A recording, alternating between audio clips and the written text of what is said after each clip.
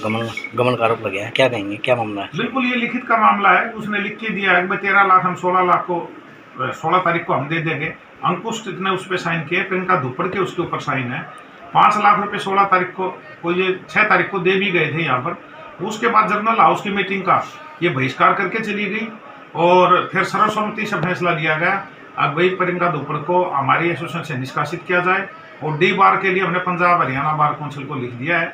उसके ऊपर आगामी जो कार्रवाई होगी वो आप लोगों को बता देंगे। तो आपकी मीटिंग में क्या निर्णय लिया गया था? हमारे आज भी हमने एसपी साहब से बात की है कि प्रियंका धुप्पड़ व अंकुश शर्मा के खिलाफ एफआईआर दर्ज होनी चाहिए। अगर एफआईआर दर्ज नहीं होती है तो हम आगे की रणनीति बनाएंगे, पूरे शहर को जाम करेंगे, शहर में प्रदर्शन करेंगे जब तक गिरफ्तारी नहीं। क्या आपने कोई समय भी रखा है? हाँ, 2 दिन तक एसपी साहब बाहर हैं। अभी एसपी साहब के आने के बाद हम आगे की रणनीति बनाएंगे। प्रिया धुप्पड़ पर जो है पहले भी आरोप लगे हैं, केस में पहले भी जो है इसके खिलाफ एफआईआर दर्ज हुई थी, क्या कार्रवाई की मांग करते हैं? इसमें इनके खिलाफ पहले भी एक मुकदमा दर्ज हुआ था जिसमें उनको CWC के पद से त्यागपत्र देना पड़ा था। उसी तरह का प्रकरण अभी हुआ है यहाँ पे, जो षड्यंत्र करके इन्होंने मोनिका जैन से पैसे लिए हैं, उसी के आधार पे हमने इनको डीबार किया है। तो प्रियंका धुप्पड़ उसके खिलाफ क्या कार्रवाई करते हैं?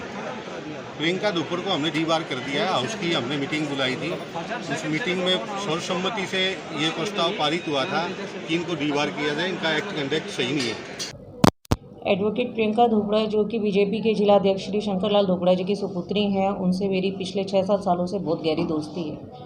इतनी अच्छी दोस्ती है कि साथ में बैठकर चाय पीना, पूरे दिन में 4-4, 5-5 बार अब समय साथ बिताना मामूली बातें थी।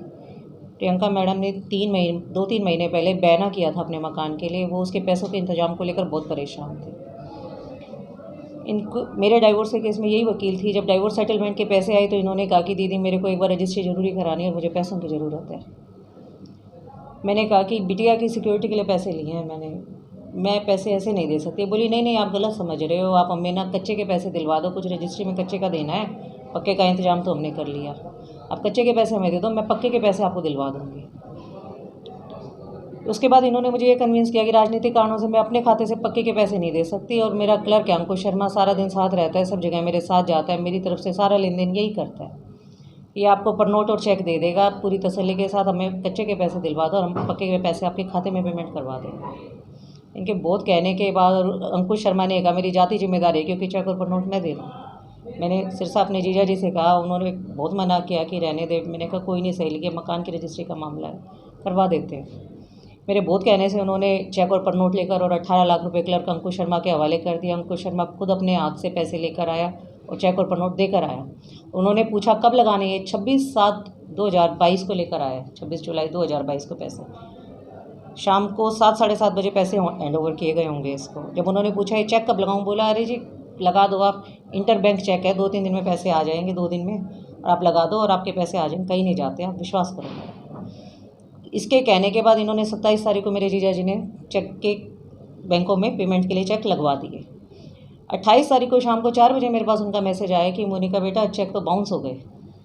मैंने इसको फ़ोन किया, मैंने कहा अंकुश चेक बाउंस हो गए। बोला अरे आपने जल्दी लगा दी। मैं कहा पूछ कर लगाए थे भाई। बोला कोई नहीं, मेरे अभी कच्चे के पैसे आने हैं, मैं आपको कच्चे में वापस कर दूंगा ये पैसे। उसके बाद मैं इसको 1-2 बार बोला क्योंकि वहाँ वो नाराज़ हो रहे थे। बोले बेटा कुछ गड़बड़ लग रही है हमारे को, ये ठीक नहीं लग रहा, ऐसे नहीं होता। मैंने इसको संपर्क किया तो पहले तो ये करता रहा कि दे दूँगा। उसके बाद 30 तारीख के बाद इसे मेरे फ़ोन उठाने बंद कर दिए, मैसेजेस का जवाब देना बंद कर दिया। 3 तारीख को मेरे पास भवानी खेड़ा थाने से फ़ोन आता है कि आपके खिलाफ़ अंकुश शर्मा ने एक दरख्वास्त लगाई है कि उसने आपको कोई पैसे का लेन देन हुआ होगा और वो पैसे आपको वापस कराया था और आपने चेक और पर नोट वापस नहीं किए। आप यहाँ पर आकर बयान दो कि आपने पैसे वापस प्राप्त कर लिए हैं और चेक और पर नोट हमारे दे कर जाओ। जब ये फ़ोन आया तब मुझे समझ आया कि जीजा जी ठीक कह रहे थे, ये तो धोखाधड़ी कर रहे हैं हमारे साथ मिल करके। उसके बाद मैंने एडवोकेट प्रियंका धुप्पड़ से बात करने की कोशिश की कि ड्राइवर के पैसे लिए गए थे तो कम से कम मेरे दिलवा तो दो आप। ना वो फ़ोन उठा रहा है, ना रिप्लाई कर रहा है हमारे मैसेज का। कहती मेरा इस मामले से कोई लेना देना नहीं। उसके बाद मैंने अपनी बार एसोसिएशन में शिकायत की इस मामले की। वहाँ पर एक समझौते की मीटिंग हुई। वहाँ पर ये दोनों संतुष्ट नहीं कर पाए बार को कि हमने पैसे वापस कर दिए हैं। प्रधान जी के समझाने के बाद इन्होंने कंप्रोमाइज़ कर लिया, गलती मान ली अपनी। एक लिखित हुई उसके रिगार्डिंग में 5 लाख रुपए इन्होंने मुझे नकद वापस दे दिए और 10 दिन का टाइम मांगा कि इतने पैसे का इंतजाम हम एक साथ नहीं कर सकते। 16 तारीख को इनको पैसे वापस देने थे। जब 16 तारीख को पदाधिकारियों ने फ़ोन करके अंकुश शर्मा को बुलाया तो वो ये कहता है कि मैंने तो पैसे दे दिए थे, मैं नहीं देता पैसे और आपको जो करना है कर लो। प्रियंका धोपड़ा से बात की गई, वो कहती कि वो पैसे दे चुका है और मेरा इस मामले से कोई लेना देना नहीं है। कितनी राशि टोटल 18 लाख रुपए का लेन देन हुआ था। 5 लाख रुपए इन्होंने खुद समझौता करके, जिसमें कि प्रियंका धोपड़ा मैडम के भी सिग्नेचर हैं कि 5 लाख रुपए दे दिए गए हैं। 13 लाख रुपए हम 16 तारीख को दे देंगे 10 दिन के बाद। ये मकान की रजिस्ट्री थी, ये प्रियंका धोपड़ की थी या अंकुश के मकान? ये मकान की रजिस्ट्री प्रियंका धोपड़ की थी। प्रियंका धोपड़ एक अच्छी दोस्त होने के नाते भी बोली, दीदी राजनीतिक कारणों में आपको पता है मैं पहले भी स्कैंडलों में फंस चुकी हूँ, तो मैं अपने नाम से नहीं दूंगी, आप अंकुश के जरिए कर लो। और मैं सारा दिन देखती थी, सारा लेन देन सारा इनकी तरफ से सारे काम अंकुश ही करता है। मेरे लिए मामूली बात थी, विश्वास में पैसे दिए थे, ये नहीं पता था कि विश्वास कर रहे हैं। अब वो भी राजनीतिक प्रभाव का दुरुपयोग करके, तो बहुत ही दुख की बात है। इस पर कई आरोप लगे, कई केस में पैसे वसूले। हाँ, इन्होंने यही तो मुझे कहा ना कि मैं दीदी पहले ही बहुत स्कैंडलों में फंसी हुई हूँ, इसलिए मैं अपने नाम से नहीं दूंगी आपको चेक और पर नोट। और क्योंकि साथ बैठते थे, विश्वास था, तो मैंने नहीं सोचा था कि एक महिला ही महिला के साथ ऐसा कर सकती है। तो एक महिला होने के नाते उनकी ज़रूरत समझते हुए विश्वास किया था। और 27 तारीख को उन्होंने रजिस्ट्री कराई है, वो इस बात को मानती हैं। और एक और बात मैं कहना चाहूँगी कि अगर प्रियंका धोपड़ा के क्लर्क ने प्रियंका धोपड़ा की घनिष्ठ सहेली के साथ धोखा किया है, तो वो क्लर्क अभी भी उनके साथ टूर्स पर जा रहा है, उसी ऑफिस में बैठ रहे हैं। उन्होंने उस क्लर्क का अभी तक अपने ऑफिस में आना जाना बंद नहीं किया। इससे ज़्यादा प्रियंका धोपड़ा और अंकुश शर्मा के इन्वॉल्वमेंट का सबूत क्या चाहिए किसी को? अगर मेरा कोई आदमी मेरी सहेली के साथ धोखा करेगा तो क्या मैं उसे अपने साथ रखूँगी दोबारा, या आने से मना करूँगी उसको कि आपने धोखा किया, आप नहीं आओगे? आप अपनी सहेली का सहयोग करेंगे या अपने क्लर्क का? ये सोचने की बात है।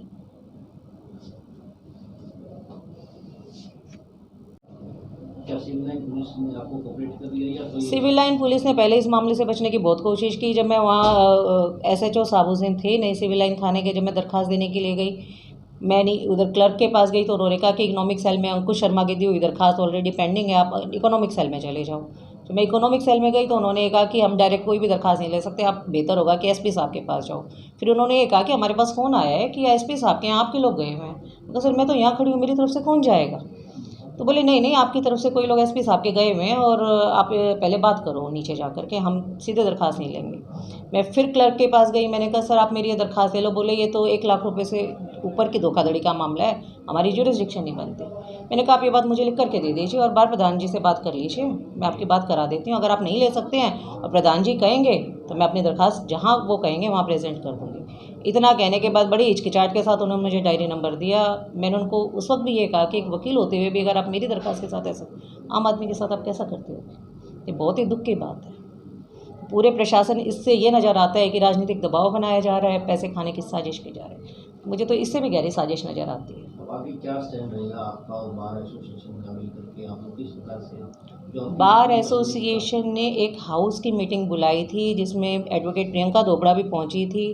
वहां पर ये मीटिंग बीच में छोड़कर आ गई और फ़ोन करने के बाद इन्होंने फ़ोन बंद कर दिया, जवाब नहीं दिया। ये बार के उल्लंघन है नियमों का। और इसके अलावा जो एक खुद लिखित में समझौता करके आई थी बार एसोसिएशन में, ये पदाधिकारियों के ऊपर इल्ज़ाम लगाने लगे कि हमारे से दबाव डाल करके और समझौता करवा लिया गया है, जबकि ऐसी कोई बात नहीं थी। भाईचारे की मीटिंग में बहुत सारे लोगों की उपस्थिति में खुद इन्होंने गलती मानकर और पैसे देने का वायदा किया था वापस, क्योंकि हम नहीं चाहते थे कि इस मामले को उछाला जाए। वकीलों के आपसी झगड़े मीडिया में आए तो समाज में छवि धूमिल होती है पूरी वकील कम्युनिटी की। यही सोचते हुए सिर्फ हमने सोचा था भाईचारे में हो जाए, लेकिन इनकी नीयत फिर से ख़राब हो गई और राजनीतिक दबाव बनाया जा रहा है हमारे ऊपर। मेरे को झूठे मुकदमों में फंसाने की धमकी दी जा रही है और ये कहा जा रहा है कि आपको पता नहीं है कि आपके साथ क्या किया जा सकता है। बहुत ही दुख की बात है कि उनको ऐसा लगता है कि शायद मेरे आगे पीछे कोई नहीं है सहारा देने के लिए, या हम ऐसे परिवार से कि हम लड़ नहीं सकते।